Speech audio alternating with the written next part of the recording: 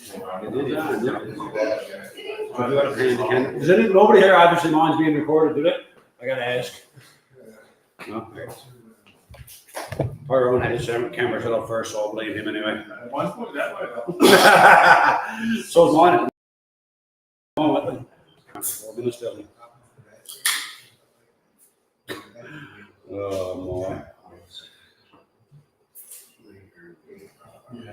Guys, tonight we're going to hear about the exploit server. Zoom it back. Actually, 1 second. No, Kevin, just. Yeah, take your phone. We're going to start, huh? I was just going to introduce it. Oh, here. Point the camera at Tyrone. Don't point camera at me, bro. Point camera at me. This space is made for radio. Okay, very good. We can hear him. Go ahead. You go? Yeah. Tonight, let's say thank you to Steve for he's going to present to us on the exploits server. Tell us a little about his experiences with the exploits and a little bit about his channel too, I think. So the floor is Steve's. Thank you. What do you guys say? Yeah, so this is kind of, I've been the last 2 days trying to figure this out. Usually if I do 30 minutes of footage, I got 2 hours of bloopers, right? So doing this live is going to be a whole nother little adventure for us. But everyone's going to say hello to everyone first, to these guys and people watching online. So thank you to Iraq for letting us come. And who else is with Taps and Ties?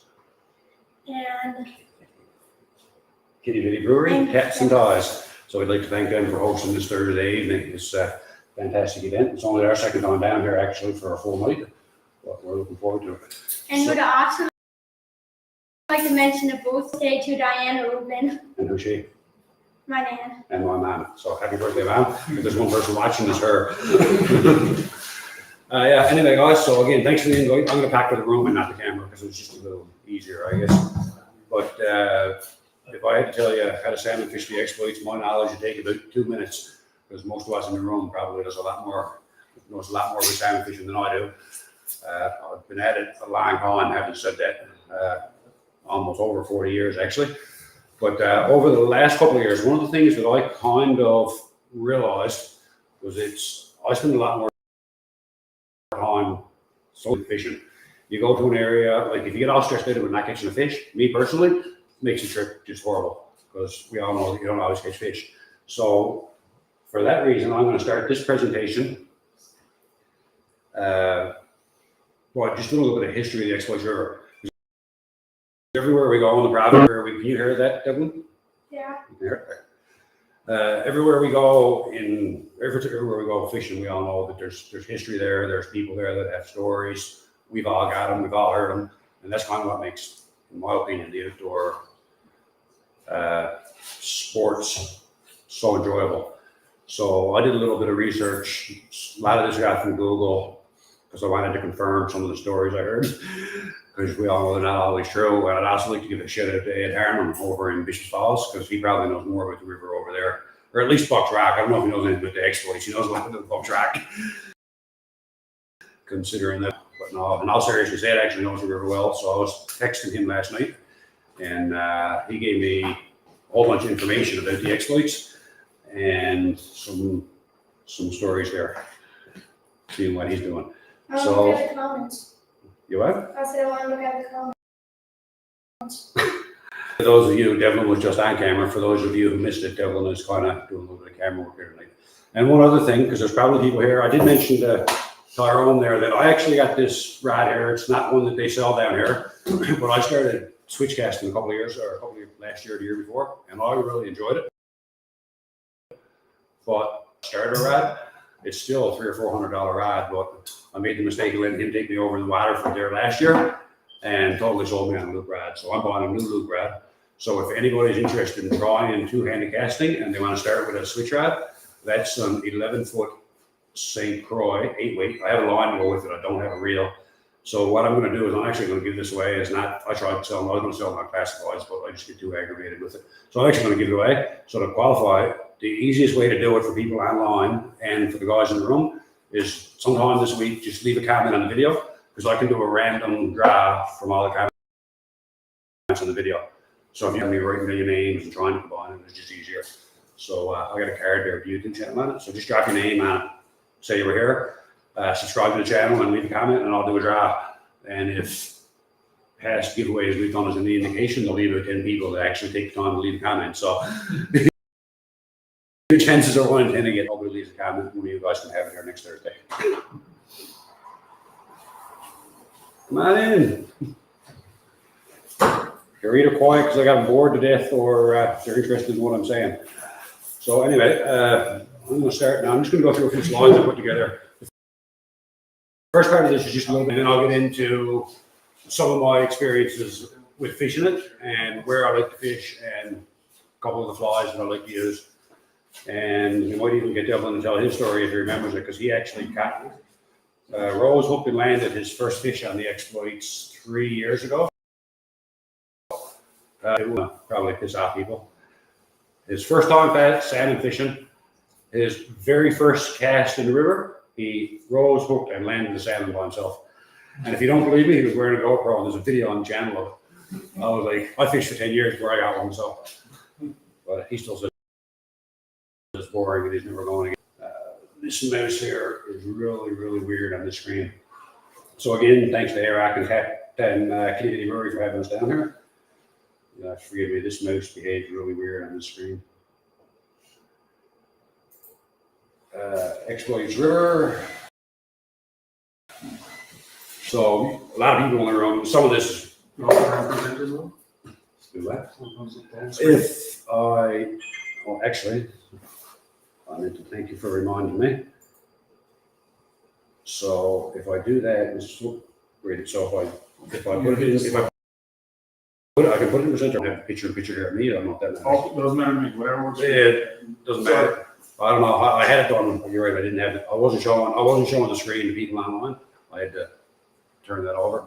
So what I might do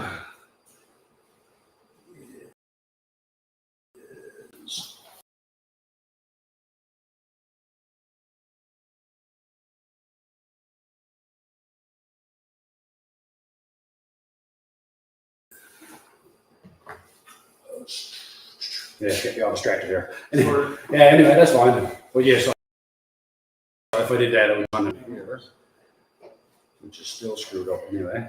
Just bear with me here for 1 second. Like I was telling everyone, this is all new. This is all new to me here. There we go. So yeah. Anyway, this online thing, I'm trying to get a little picture-in-picture down here, and I don't know if you know him or not, but he's laughing at me in fire hall right now. It's still working. All right. So again, a lot of this is common knowledge to you guys, but some of the people watch the channel may not know this. So I'm just going to go through and do a little history of the exploits. It's the longest river in the island of Newfoundland, 246 kilometers from the Bay of Exploit, which was formerly known as Red Indian Lake. It is the longest river on the island. Some past uses of that river were started out obviously with the indigenous peoples. The Beathics was local tribe in Newfoundland. Everyone in the room knows that. Unfortunately, they're now an extinct group of people. But they used that river for traveling and for a food source, especially in the Middletown area and the headwaters of the exploits. And then as well on the further end of it, in the coastal waters, they were actually a sea group of people. And then later on, it started to be used in the logging industry. It was used for transportation fire of pulpwood to the mills in Grand Falls. And I don't know if anybody here knows that there was actually a pulp mill in Bishop's Falls as well. It actually closed in 1951. They never produced paper, just pulp. And then the company at the time decided it was cheaper to combine the two mills. And they closed Bishop's Falls, and that's when they started doing pulp and paper in Grand Falls. Hence the reason for pulp and paper. Good Lord, this is not going to take very long. I hate to tell you, we're going to be done by 7 o'clock and time flies. 15 slides here.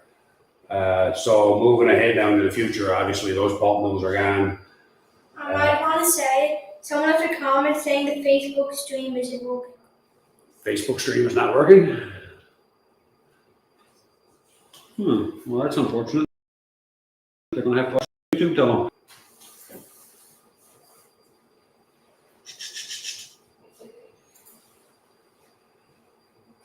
No, we're just gonna keep going. So it's not working at all on Facebook? Oh, this, can you look? What? Because the Facebook stream isn't open. Just ahead. That's unfortunate.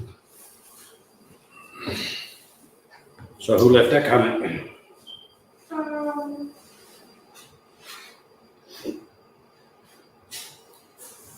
Because someone just left a comment and said the Facebook stream isn't working. So I just turned it on and challenged one that's watching because it actually is working there. So at least. And Ron just said the audio keeps cutting out. Okay, that's fine. We'll just keep going. It might be a little bit of delay there, but this is a learning experience. So if you don't get it online, it's going to be posted on ARAC's channel too. They're recording it as well. So they're going to post it on their channel. So if you don't get it, then tune in later. Anyway, back to this. This is obviously some of the stuff you can do on the Exploits River now.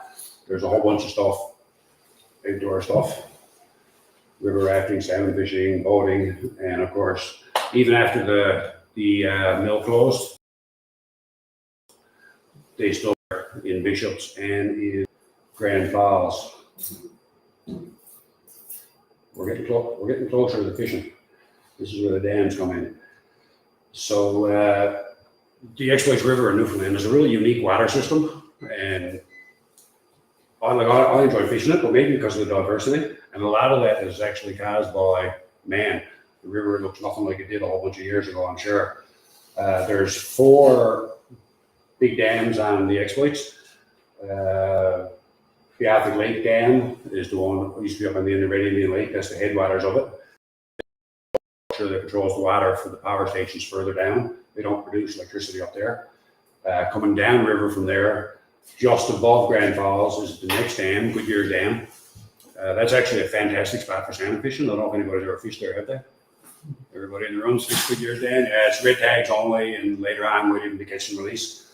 But that dam was built as an ice control structure for the dam in Grand Falls. So that breaks up the ice before it goes into the turbines and damages them, which by doing so created some fantastic pools below the dam. There's a couple of really good runs there for fishing. And generally the crowds aren't as bad as other places on the Exploits. One of those is the mill in Grand Falls. That's just up above the mill. That's the intake structure there. So in Grand Falls, they started that dam in 1908, and the one in Bishop Falls was then constructed in 1916. And again, without those dams, the river certainly would have been a little bit of a different looking spot. Fish could get up over there. There were some, according to, I actually didn't think that, maybe someone here can correct me on it. I didn't think any fish went past Grand Falls, but according to Ed, there were some that went up there prior to the. Got any thoughts on that? My understanding is that of the history is that the river basically became devoid of fish until they got involved with the rattling or the nose pond. Well, yes. Well, yes, you're right. There was a pond, but it was a native salmon. Years ago, there were salmon, but it was. You're right. Population's just. Yeah. So what he's referring to is the population in the river died, and they had a hatchery at Mohawk where they restocked it. But before that, like before the hatchery, before the fish ladders, I don't know if fish ever went past Grand Falls, but according to Ed, he would know. Some fish did go past there, but the construction of these dams and fishways really aided with that. My impression is that no fish went above Grand Falls. No. There were one fish above Grand Falls. Yeah. I might be wrong, but I think Grand Falls is a total barrier. Yeah, and that was my understanding as well. So many rope. That was my understanding as well. But so anybody watching online too, if they have any more information on that, they can certainly leave a comment there and let us know. But that was my understanding too. But either way, if there were fish up there, like it said there were a few, there certainly weren't very many because that's a pretty major water obstacle. Sure, dams are certainly certainly did with that. So again, a lot of people here probably know this, but whenever man gets involved with stuff, things always change. sometimes for better, sometimes for the worse. I didn't see the river before, so I don't know if it was good or bad. But regardless, Bishop Falls and Grand Falls, when they put in those structures, it changed the river downstream. And this is a bit of history that a lot of people, a lot of guys I work with now, they're a little bit younger, in their 30s or 40s, have no idea that this ever happened. But there was a major disaster in Bishop Falls in 1983. And the north side of the bank adjacent to the dam actually collapsed. And that, there's a video on YouTube, I could play it after if anybody wants to have a look at it there. But the damage was really bad, obviously. Lions Club, Senior Centre, 3 houses, 20 acres of land, and 2 train cars were washed into the river. And so where the lookout is in Bishop's Falls now, there was actually houses outside of that, somewhere along that stretch. And It was amazing, I was there. you were there? Yeah. And Back to him, Dublin? the one on Salmon Bridge. So just for anybody who's not familiar, Yeah. And those rail cars, at least one of them that went up Botwood. I'm from Botwood. okay, And it was never found. Yeah. That's in the bottom of Botwood Harbor somewhere. yeah, But yeah, it's not the current bridge, because that bridge that the Salmon Bridge, not yeah, the one that they took out 4 or 5 years ago. The water was up on. They didn't lose the bridge, but there was water over the roadway. Yeah, you see the video obviously on YouTube, have you? Yeah, I mean, I saw it with my own eyes. Oh, you It was were there. Yeah, so amazing. But, yeah, I can't even imagine the devastation that was, right? But I mean, he should be doing the talk. He was there, he witnessed it. It was funny though, because I was in high school at the time in Clarendon, and I don't ever remember it until years later, like when I started fishing there, like in the 90s. Late nowadays, obviously would have been all over social media. But yeah, and like he said, those cars there, they don't ever know it. There was, you ever heard stories about one of those being down around the bridge? I can't remember the story on one, but I think one of them they never ever found. Yeah, I remember hearing people saying that there was sightings of it there, and then 15 years ago that it was still in the river somewhere there below the bridge. They had seen it, But the river's totally different. Like, for example, the big island that's just downstream of Bishop Falls there. Yeah. That wasn't an island, right? Yeah. There's no water on the inside of that. yeah. So, and again, a lot of people don't know that. Actually, we're talking about that in a minute. Yeah. That he's talking about there. Box Rock wasn't one of them. So I don't know if anybody here knew that or not. Did that? That was Box Rock was attached to the east shore of the Exploits River, and after this flood, so it's a good time talking about it. So after this flood, to prevent the water from going back up onto the Bishop's Falls side and washing it away, and they actually blasted out channels, right? Back attached to the shore. So that was, so if you're there and you're looking like the sharp side of those rocks there on the lower end of Buckland, that was done by man. That was, or by them after the floods, they put that channel down, and just further down where it cuts in, I think that they may have put there too, just to widen that river and ease pressure on Bishop Falls. And I'm glad they did, because there were fish before, and now there's quite a few more that you can fish around the backside of it. It's one of the best spots on the lower Bishop or lower Exploits for sure. So that is something that I actually heard that story about 10 years ago, and I had to call Ed last night and ask him if I imagined it, because I was like, there's no way. But yes, apparently. Moving right along. So getting into the fish here now. Again, the Exploits is unique with 4 fish ladders and 2 canning fences. If any of this, anybody has any corrections on this by memory, which is not that great, and some Google information. So if anybody wants to correct me on any of this, don't take it as gospel. It's just kind of a little bit of information I had. Feel free to pipe up and step in. But from what I could figure out, and well, there are 4 fish ladders, one on each of the dams. Now, after they fixed that dam a couple of years ago, I don't even know if that was operational now, if they just go right up the river, did. No, there's still fish. They still got it on the, On Grand Falls, on the. yeah, on the roadside, yeah. Because There's also a ladder on Great Rattling. On Great Rattling is another one, I forgot about that one. So there's 5 fish ladders. I'll say that that's on Great Rattling and not the Exploits. But yeah, there's where a Great Rattling brook runs into the Exploits. There's a waste falls there as well. And that's just in dates, these dams. These are the dates that the fish ladder, because when these dams were built originally, because there were no fish there weren't fish ladders. That concerns back in the early 1900s. So some of these dams were upgraded over the years, and they added the fish ladders to these dams. And these are some of the dates there that they added the fish ladders to them.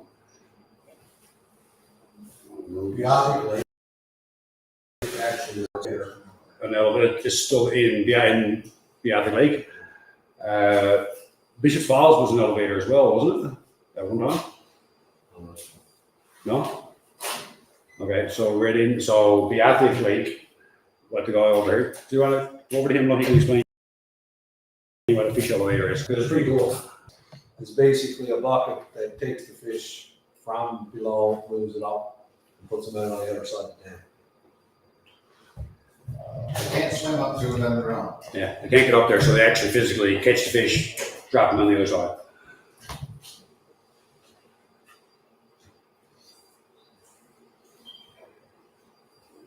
The mouse behaves really weird on that screen. Salmon and the exploits. So as we all know, some of the numbers here, since they built these fish ladders, regardless of whether they were up to Grand Falls before that or not, there wasn't very many. But now they can go right from Bay of Exploits right up to Beatty Lake, and past that now they run into Lloyd's River and Victoria River. All those are headwaters of Beatty Lake. And the annual returns on the exploits, again, that was in the late 70s, I guess, or last, when they put the hatchery up there. That seems to be about right, yeah. Yeah, because it closed in late 90s, early 2000s. But I started salmon fishing, I'm 53, and me and my dad started salmon fishing, I was 5, so 1980. And nobody fished the exploits in 1980, there were no fish there. So some of the returns on the Exploits River are the average, I'll say the average return is 30,000, but between 20 and 40 there a couple of years ago, I couldn't find the actual clip, so it returns 46,000 in somewhere around 2010, I think. But it's dropped off since that now, and it's around between 20 and 30,000 annually now.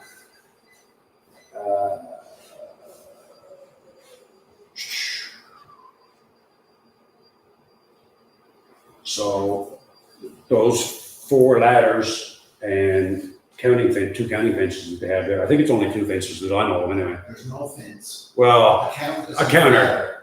There's no fence. No, okay, yeah, you're right. They count them at the The counters have. at the ladder. Yeah, I'm not sure that. So what is it? I thought on some of the smaller rivers where they don't have structures that actually catch the fish, they divert them through what's called a counter fence, where they physically or use a infrared laser not to count the fish. But on the exploits, they do them. They have a salmon interpretation center in Grand Falls, and they count them there. And as well, when they pass through the dam in Bishop's Falls, they count the fish as well. And that's where they kind of get the numbers for the exploits. And based on those numbers, they actually determined that about 50% of the fish actually spawn below Grand Falls, either in the exploits itself or on some of the tributaries, which is quite a large number. And then the other 50%, and those numbers are rough, of course, but they'll go up to Beatty Lake, Victoria, Lloyd's River, those areas and span. So for late river fishing on the exploits, it's so that there are between 5,000 and 10,000 fish in that river for the late season fishing, for the late August, September fishing.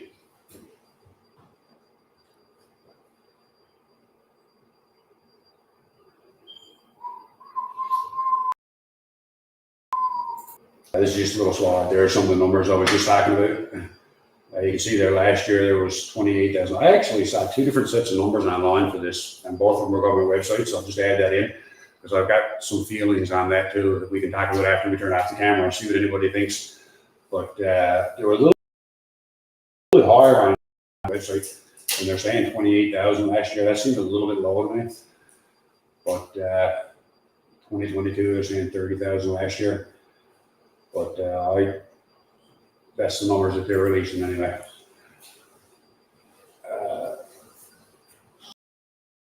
So not really, I suppose, gonna miss it. When we were talking about the bishops, just a little history of the river, when we were talking about the Bishop Falls tragedy, the only loss of life in that tragedy was there was one man died during the reconstruction of the dam.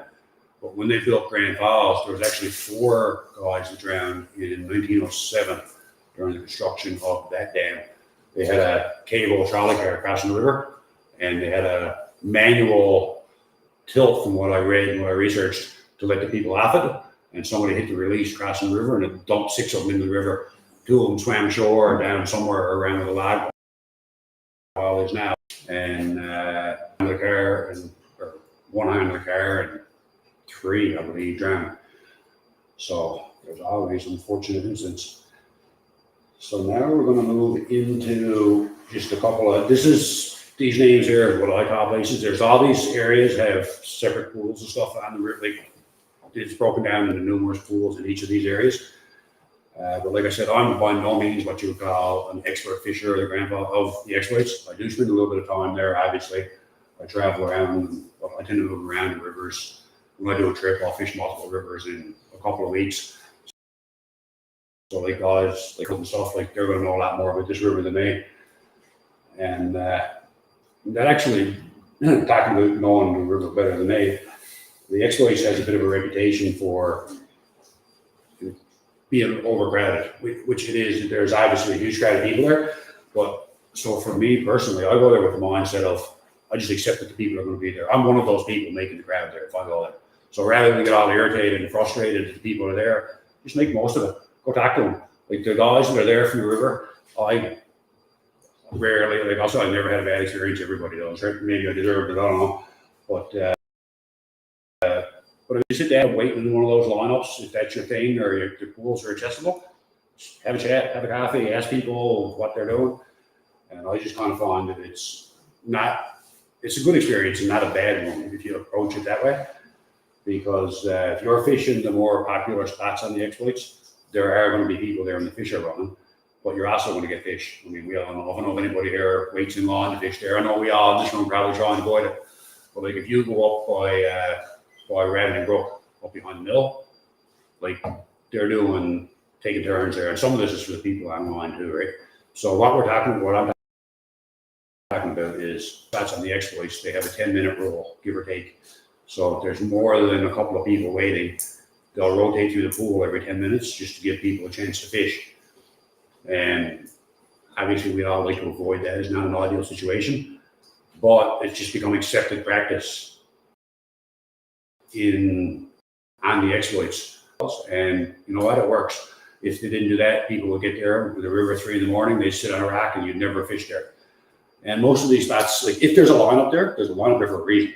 So you can use people as a guide where there's fish. If there's 10 people waiting in line, that means waiting for 60 minutes or 70 minutes to fish for 15 or 20 minutes if they're not catching fish.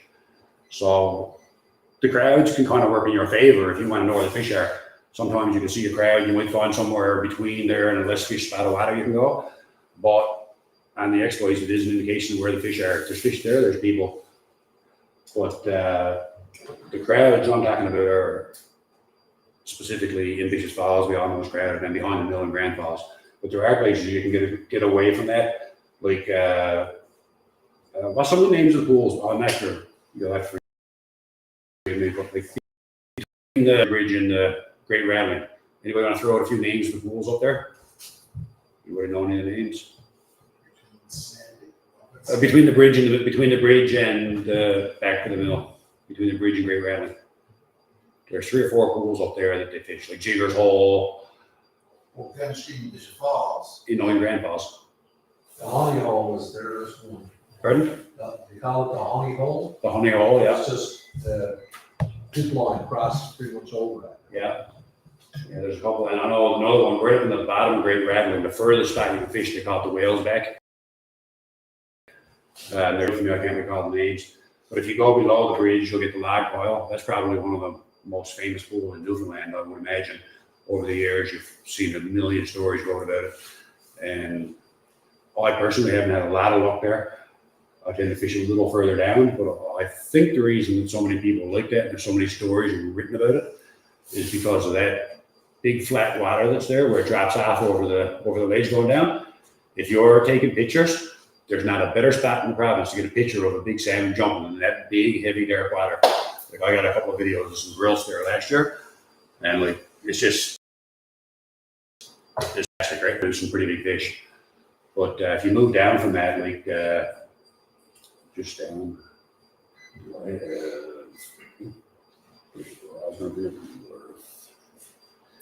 yeah, if you just down from that, there's a couple other spots. There's kiddie pools on the inside.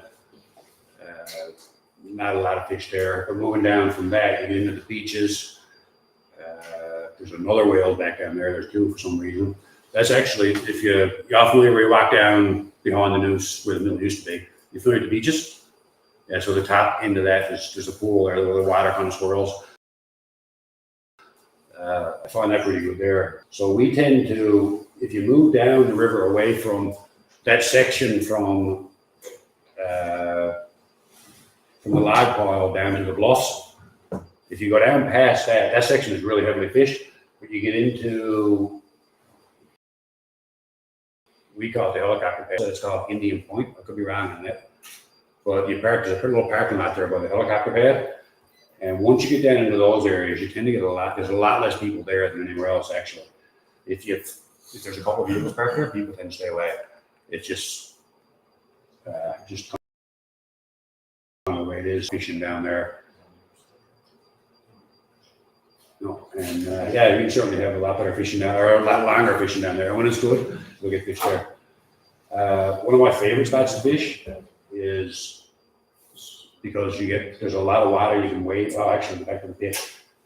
About, oh my God, how long ago, Scott, did we start going up there? 15, 20 years ago, we did an annual trip. We stopped at the exploits up the Northern Peninsula, and we started fishing behind the pit. It's down on the lower end of Grand Falls where the sewage treatment plant is there now. But we always call it behind the pit. You drive into the back of the pit, and there's a big stretch of water there. And 15 years ago, nobody fished it. Gerard, anybody know Gerard Rock in that section of the river? There's a guy in Grand Falls. His name is Gerard. I'll come to him in a minute. But he's got a rock because that's the only spot he fishes. But that section of the river, you can go up there, and the whole section is not even pools. It's just boulder to fish out. So if you walk down to the pit, you walk back up towards Sangers, you can just wade down through that whole section. And about 10, 15, 20 years ago, early morning, late evening, daytime, there was fish there. But now, I don't know if it's new because they've replaced or upgraded the sewage treatment plant there. Everybody's probably seen that. And they have the real small one there. But they've got the full water treatment plant with 6 pen stocks there. And it seems like around that, I'm not saying that caused it, but about 10 years ago, the fishing down there really died off. I found it a lot less productive than it ever was. From now, I'm talking, I could miss the run as well, right? Because I fish the exploits twice a year for a week, maybe at a time. I'll probably have a later trip in August out there. But every East State River, first or second week of July, and that section always paid off. And now, I don't know, it's just something about it, if it's that new plant or whatever the case, but it certainly has changed a lot. Moving down, this is another good section of the river. It's a little bit of walking together if you don't have it, but the rapids by the Waste Hills. If everybody familiar or not familiar with the rapids? So when you're, are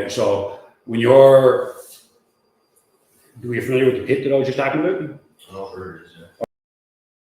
So where that pit is, that's a relatively flat section of the river. Like there are rocks and stuff there, obviously it drops off, but that's a pretty flat section of the river. And on the lower end of that, it's probably from the pit down there, might be a couple of kilometers, 2.5 kilometers, drops off there. And there's a big section of rapids there. So you can fish all through those rapids. You can fish below the rapids. It holds up fish there. So the fish will leave in Bishops, and they're from there to the Bishop Falls Dam. It's just flat water. There's nothing. So the fish aren't really holding there. and they'll get to those rapids, they'll take a break, and that's where the next spot they'll hold up after Bishops. But there's, pardon? Yeah, Well, most people call that rattle. the rattle. Not the Rapids. Rattle? So if you're someone calling it some kind of a rattle, that's the rapids you're talking The rattle, yeah. Great place for a spay rod. Big open spots in the river and all. Spot there too, because you get that, and especially if you can walk there in boat, right, you get it on the island, just, you can get there, right? But, again, it's all about putting in the effort too, because what makes the Exploits River so popular is the accessibility of it, right? Like it's similar to the Pinwire, right? There's 20 good pools that you can walk to. There are a lot of pools in the end, but a lot of them you need a boat to access. And that's what draws the crowd to the Exploits, I think, right? It's just the accessibility of it. That's kind of the draw, and the high numbers of fish. I was going to talk about too, actually, we were talking about the fish ladders there. The high numbers of fish in the Exploits is a draw. So it always amazes me, the Exploits has 2 counting fences, or 2 areas where they count them, obviously not fence. But on the island of, I guess I passed that somewhere, but on the island of Newfoundland, there's only 18 counting fences. So all the rivers, that's why it always amazes me sometimes when they're saying the returns are down or they're not down. There's 200 salmon rivers in Newfoundland and Labrador, and we have 18 counting structures. So all the stats and river closures that they're basing it on, unless I'm missing something, someone wants to, because it's possible. But other than feedback from anglers, which is why it's so important to have people on the rivers, and your salmon returns, why they're so important. There's 200 rivers and 18 counting structures and 4 in Labrador. So in my opinion, the science behind saying subjective, depends how you look at it. They might be able to base it on a region or not, but I mean, they certainly could do more, have more means to count the fish so you can get a truer indication rather than closing Gander, well, you know, it goes Gander. We're closing Gambo River because the numbers are down in the Exploits. I mean, it doesn't even make sense. It's a different water system. So, and there's some other spots. The Exploits are such a huge area, obviously, especially later on in the season. You fit, there's fishing falls right up. Last year they caught them there, right up in the middle of September. They were catching them down there with sea lights on them and Bishops. So they were coming in. September fishing down there is not as good as the Gander, but it's still a pretty good spot. I mean, you do have a chance to catch fresh fish.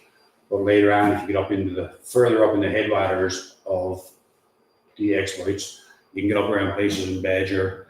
There's a couple of spots up there you can fish with a couple of rivers. And right in the town of Badger, there's a couple of spots as well. And even further up than that, between Badger and the Arctic Lake, if you're driving in the Millertown Highway, there's a couple of pools on that I can't tell you how to get to because I know where they are. I've never actually fished, but I've seen the pictures, and they've got some pretty information there. Some pretty good reports of fishing up there later. There's one spot there that's it's a big waterfall there. 31 seconds pictures of a beautiful spot, and he fishes it in August. So.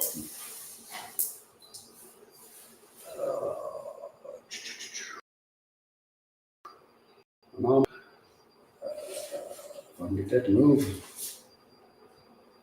What do you think, Devlin? Are you still complaining about not being able to hear us on Facebook? No. I don't know why.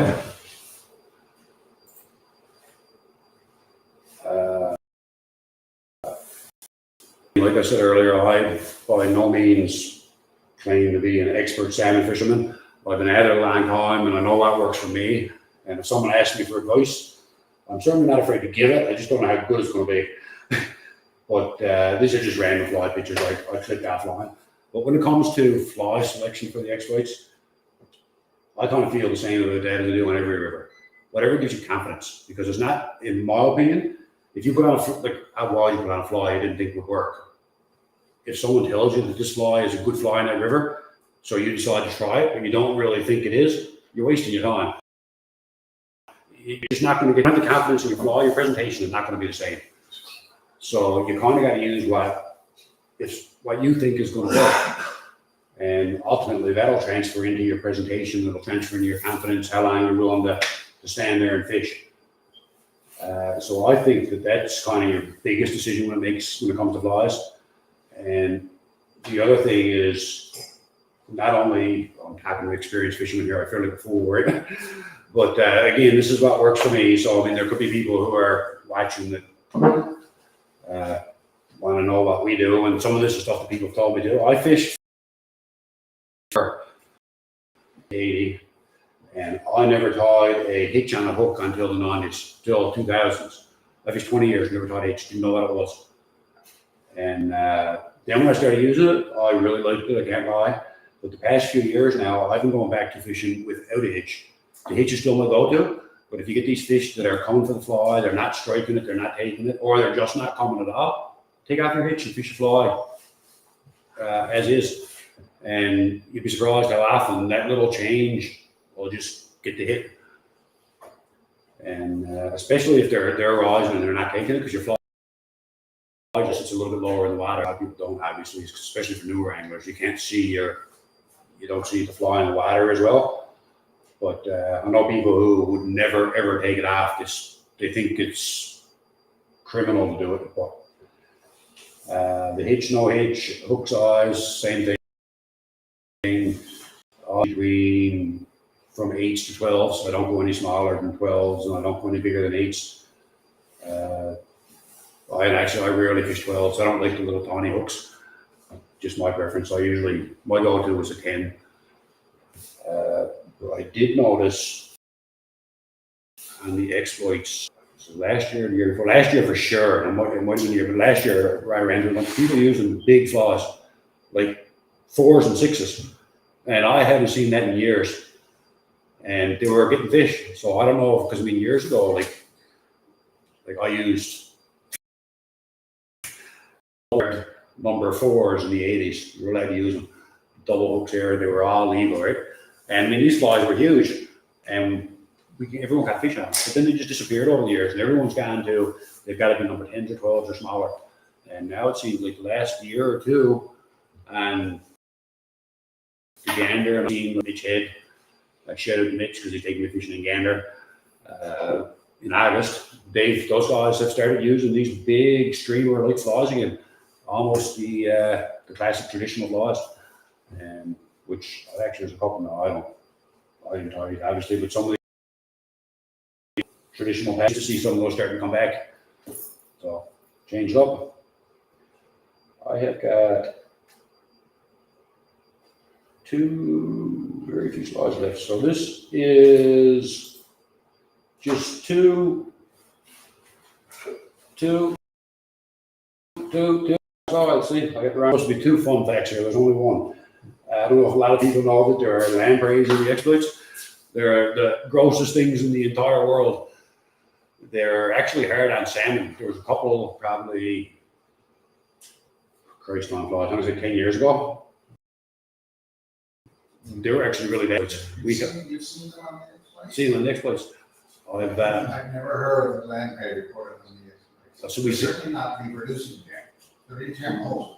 They're in Terranova. Yeah. So I've never heard of a lamprey in the exploits. yeah. But there was a fish coming in with one. So So these pictures are not. These are internet pictures, so they look like this. So you've seen the lamprey on the fish, or you've seen the lamprey? Seen the lamprey. I'll tell you when we saw it was we were waiting by chair pool but below the pit, and I was dropped off in a boat, so I had a lot of dead fish, and they came up. That was eagles. Lampreys wouldn't do that. Probably move up, could have been an eel. And they're feeding like that in the ocean, not in the river. Yeah, but they'll down below. Yeah, There's lots of eels in there. lots of eels in the exploits. That could have been eels that we saw there. There's not. So will the eels leave a scar, and will they hit salmon? They'll attack the salmon. Yeah, so you'll get the same circle scars. Well, not a perfect circle, but a fish coming in with a scar on it might have had a lamprey on it. The salt. The lamprey that are feeding on the fish are being had in the salt water, not in the river in the summer. When they come in the river in the summer, the spawn and die. No, the lamprey. The lamprey is the lamprey. Yeah. Yeah, no, I've seen them in Terranova for sure, but we've seen them, but they have been in the grassy sections of the river too. But I thought, my understanding was that the bite marks on the fish were from lampreys, not from eels. But you're saying the eels will mark the fish too? Certainly. Yeah, So okay. you put a fish along the bank, the explodes, and turn your head, only. Yeah, they'll drag you in the The river. eels will come right up and grab you in broad daylight. The eels come up and grab the fish. Interesting.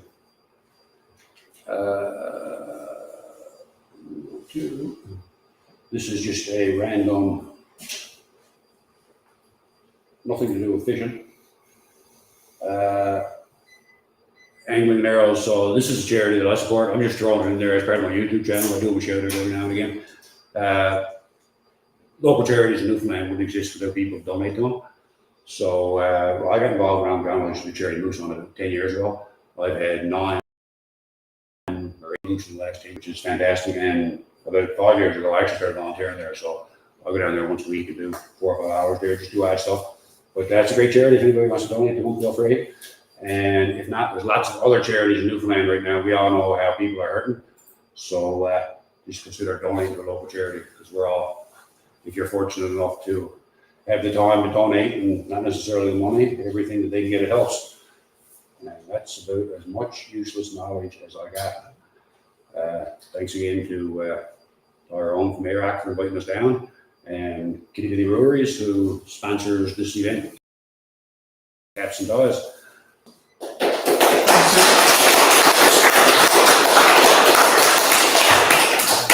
Boys, take a minute, have a potty break, grab a drink, and we'll get the voices ready, 5 flies. Thanks again, Steve. Hopefully that wasn't too boring, guys, but I tried. That was good. You stop it? No, wait, you doing the sidewalk? Oh, I forgot to mention that. No, I'm gonna do that. So, yeah, actually, we're still, Excuse me. yeah, we'll still on here, so. What we're gonna do with that, camera's on, what we're gonna do with that fly rod is,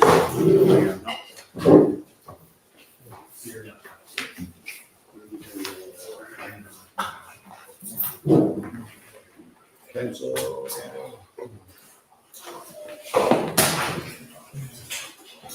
So, yeah, Devlin just reminded me here. We're gonna do a random draw for that St. Croix switch rod. So I'm gonna give it 7 days. So these guys, so this is Thursday. So next Thursday or something, I'll log on to this video here. It'll be on YouTube, and whoever left a comment there, we'll just do a random draw for comments, and I'll ship it to you. I don't know, $100 to ship it. God forbid you live in England somewhere. But yeah, we'll do a random draw next Thursday for that. And again, that's a used rod that was mine, not ARAC's. They sell loop.